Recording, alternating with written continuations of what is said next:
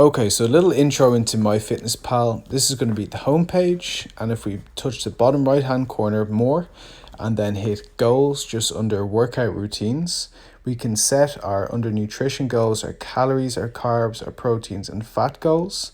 If you click the word calories or the number, you should be able to input our number. So let's say 1700 for an example here, and we press tick. And let's recalibrate and see our protein is quite low there. So if you click any of those macronutrient numbers, a new scale is going to come up. And let's say we want to bring it up to 149, or as close to the figure that I've provided with you. We're still over 110%, so we need to make up those figures somewhere else. So we drop our carbs and then our fats. Press tick, and then it should recalibrate for us. So bring that protein number and calorie number to the one that I've programmed with you.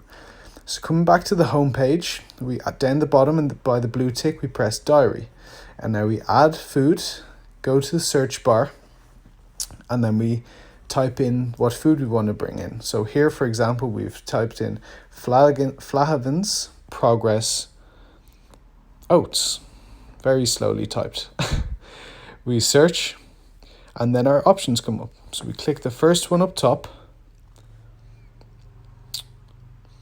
and then it says 40 grams. But if I have 100 grams, then how are we going to do this? So if you click the number 40, we can click a new serving size to 1 gram. We click tick, and then number of servings is going to be 100. 1 grams is going to make 100 grams. Click tick in the top right hand box. We clear that, and then we search for something like Alpro coconut milk. And once that's searched, our options come up and we add.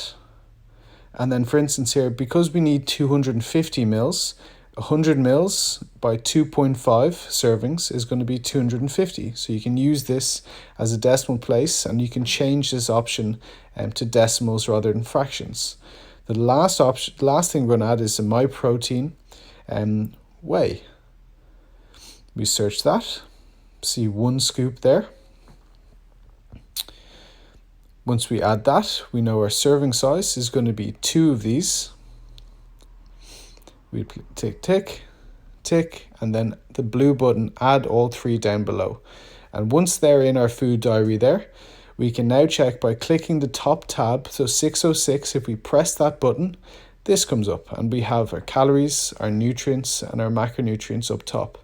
And this will show you, so it's 55 grams of protein thus far, but the one we'll come back to now is 55 grams out of 149 grams. So we have 93 calories left, or protein left. And we also have 1,094. The other option to do is when we search now, all of these will be still there, and we can swipe from the left hand and they'll input into the diary for us. The other option is to click down the outside and then press add, and these will all add to the diary. And the more you research and the more you search things, the more these come up. So now if we go back to our diary, now we're at, protein is at 149, so 141, so we only have 8 grams of protein left to hit for our daily allowance. But we need to be careful now because we only have 58 calories remaining.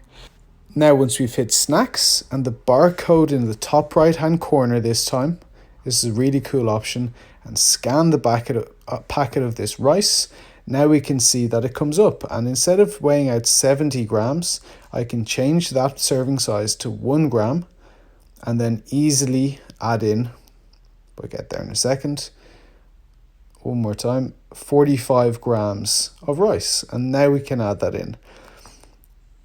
Add blue, and now we can see that we've gone over our calories, and that's why it's in red. But then you can see that, let's say for tomorrow, now that I've searched our black rice, we can add that easily by swiping our mixed veg, our beef, and all the above. So the more you track, the more the food is going to be sitting there for you. So it's much easier to input on a day-to-day basis.